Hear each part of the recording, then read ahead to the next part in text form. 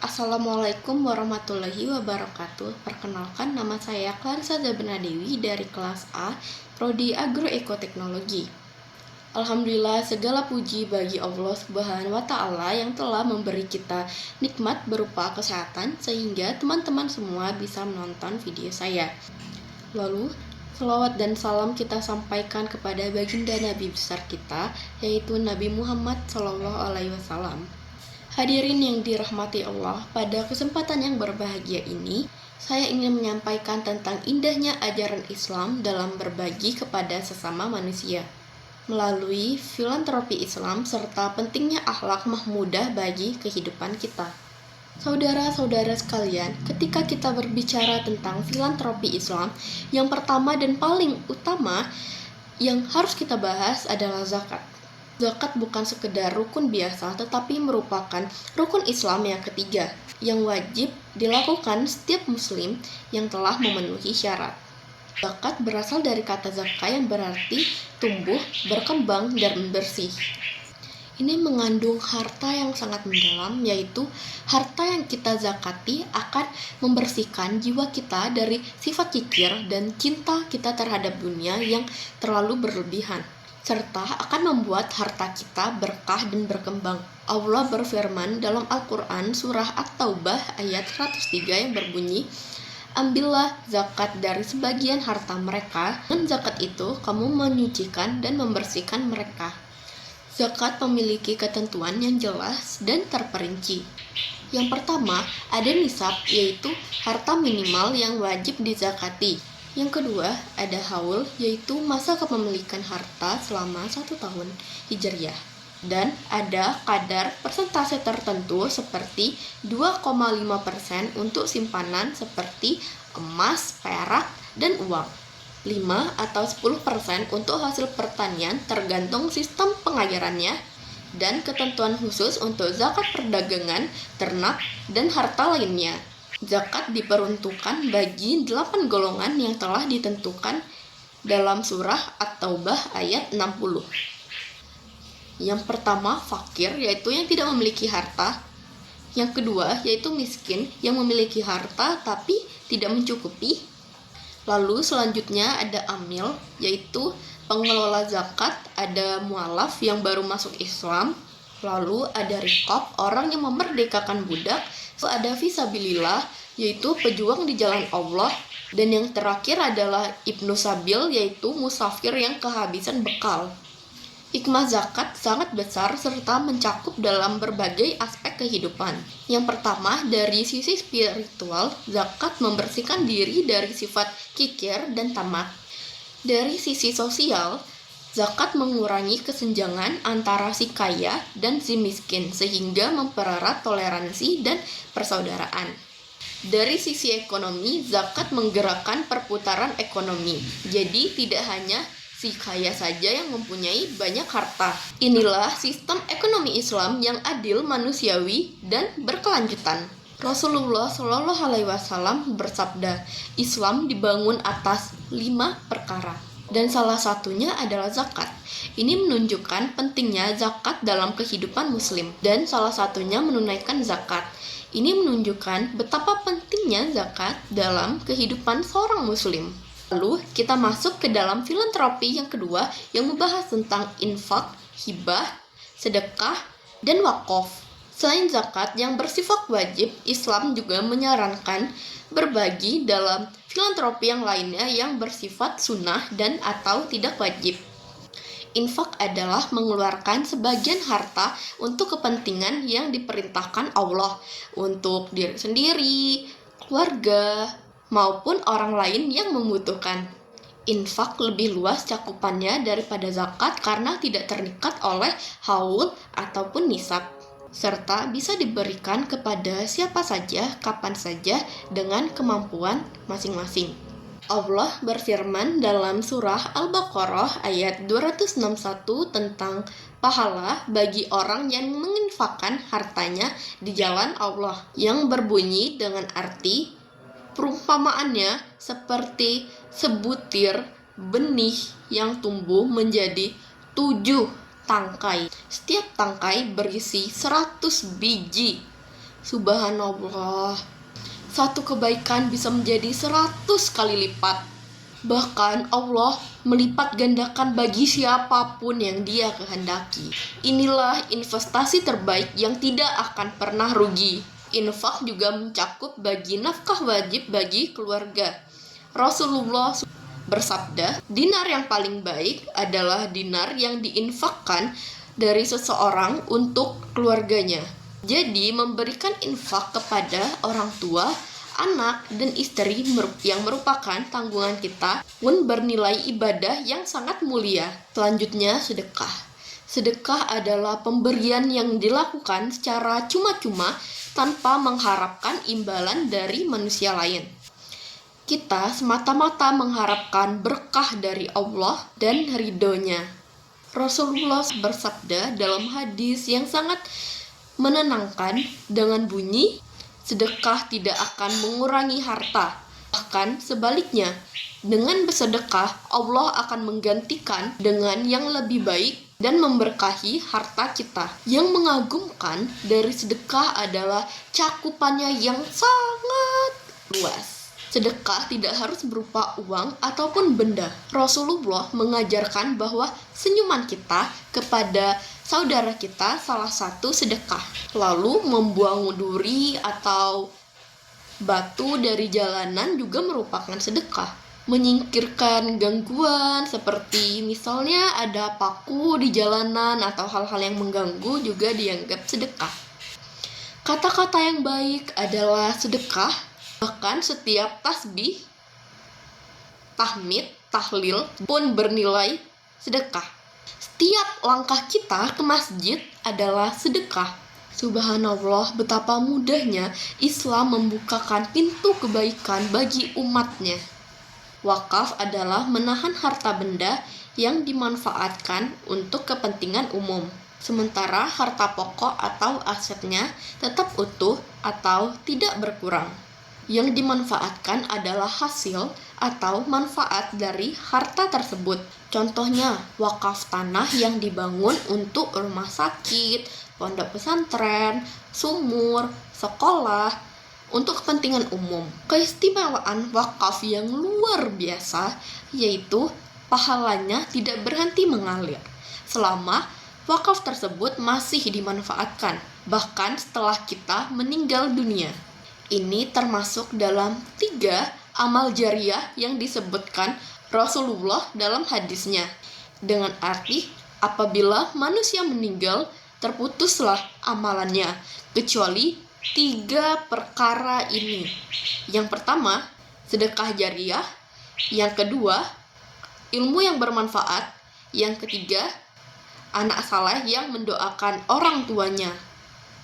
Bayangkan setiap kali ada orang yang sholat di masjid yang kita bangun, ada anak yang belajar dari ilmu yang kita berikan, setiap kali ada orang yang sakit berobat ke rumah sakit yang telah kita wakafkan, maka pahalanya akan terus mengalir kepada kita. Dan ini adalah investasi akhirat yang tidak pernah habis. Lalu selanjutnya ada hibah. Hibah adalah pemberian harta orang lain secara sukarela ketika masih hidup, tanpa mengharapkan imbalan dan kepemilikan berpindah secara langsung. Hibah berbeda dengan surat wasiat yang baru berlaku setelah meninggal. Hibah biasanya diberikan kepada orang-orang terdekat sebagai bentuk kasih sayang, kepedulian, atau sekedar untuk menjaga tali silaturahmi.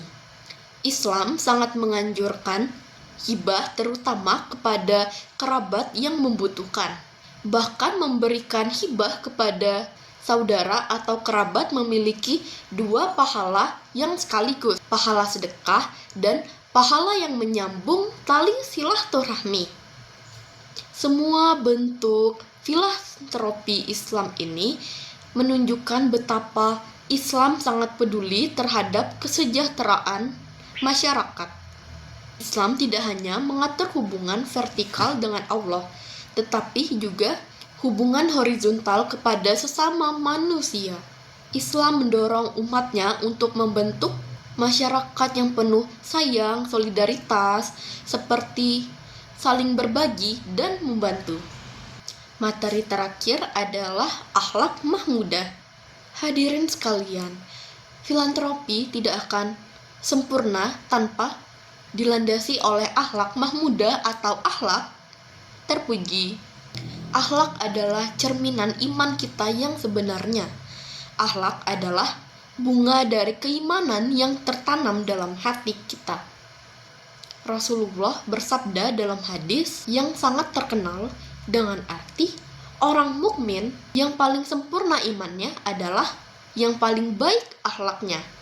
Bahkan dalam hadis lain Rasulullah menegaskan bahwa beliau diutus tidak lain adalah untuk menyempurnakan akhlak yang sempurna. Ini menunjukkan bahwa misi utama Islam adalah manusia yang berakhlak mulia. Mari kita renungkan beberapa akhlak mahmudah yang berkaitan dengan filantropi dan harus kita tanamkan dalam diri kita. Yang pertama ada dermawan atau sakhofah, itu sifat pemurah dan tidak kikir, yaitu sifat pemurah dan tidak kikir adalah kunci dari semua sifat berbagi dalam Islam. Orang yang dermawan adalah orang yang dekat dengan Allah, dekat dengan surga, dekat dengan manusia dan jauh dari neraka. Sebaliknya, orang yang kikir adalah orang yang jauh dari Allah, jauh dari manusia, jauh dari surga, dan dekat dengan neraka.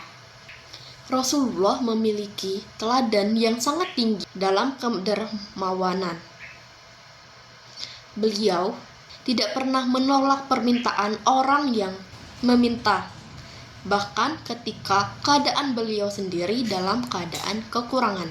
Setiap amal filantropi, apapun bentuknya, harus dilakukan dengan ikhlas, semata-mata hanya mengharapkan ridho kepada Allah, bukan mendapatkan pujian manusia, bukan untuk pamer di media sosial, ataupun bukan untuk mencari popularitas. Allah Subhanahu wa Ta'ala berfirman dalam surah Al-Bayyinah ayat 5 yang berbunyi dengan arti, padahal mereka tidak pernah diperintahkan kecuali untuk beribadah kepada Allah dengan ikhlas. Ikhlas adalah ruh setiap ibadah.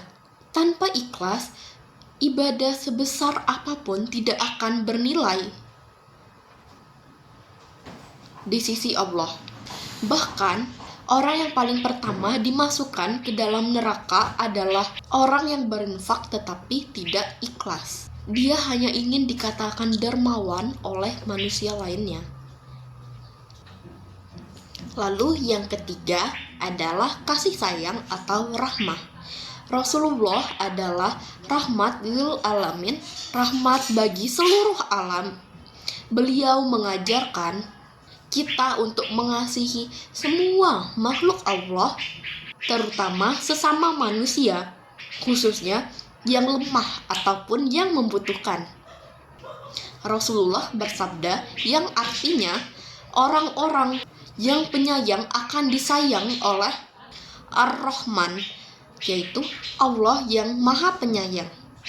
Sayangilah makhluk hidup yang ada di bumi, niscaya kalian akan disayangi oleh Zat yang ada di langit. Ketika memberi, berilah dengan kasih sayang, bukan dengan sikap merendah atau merasa lebih tinggi dari yang diberi. Ingatlah bahwa kita semua adalah hamba Allah yang sama-sama membutuhkan rahmat-Nya. Keempat adalah rendah hati atau tawadu. Ketika memberi, jangan merasa lebih baik atau lebih tinggi dari penerima. Jangan merasa bahwa kita telah berbuat kebaikan yang luar biasa. Justru, kita harus berterima kasih kepada mereka karena telah memberikan kesempatan kepada kita untuk beramal.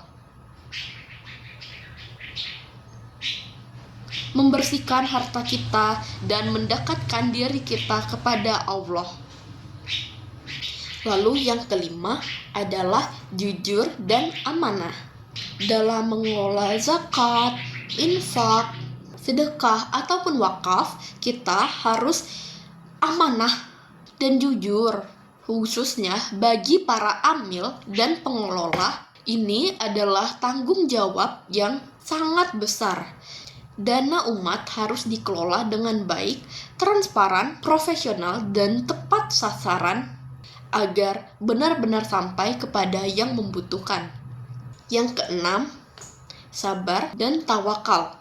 Bagi yang memberi, bersabarlah jika hasil yang kita infakkan atau yang kita sedekahkan tidak langsung terlihat. Teruslah berbagi dengan keyakinan bahwa Allah pasti memberikan balasan yang terbaik, maupun itu di dunia ataupun di akhirat. Lalu, bagi yang menerima, bersabarlah dan tetap bertawakal kepada Allah sambil berdoa dan berusaha untuk mandiri. Saudara-saudara sekalian, keenam akhlak ini harus menjadi pondasi dalam filantropi Islam. Tanpa akhlak yang baik, amal kita tidak akan sempurna dan tidak akan memberi keberkahan. Semoga Allah menjadikan kita hamba-hambanya memiliki rasa yang penuh keikhlasan, yang memiliki akhlak mulia serta terpuji, yang senantiasa peduli kepada sesama dan selalu berusaha untuk berbagi kebaikan dalam berbagai bentuk apapun. Semoga setiap amal kita, sekecil apapun, diterima oleh Allah dan menjadi bekal kita di akhirat kelak. Semoga Allah melipat gandakan pahala kita dan mengumpulkan kita di surganya bersama para nabi, syuhada, dan orang-orang saleh. Amin ya rabbal alamin. Wassalamualaikum warahmatullahi wabarakatuh.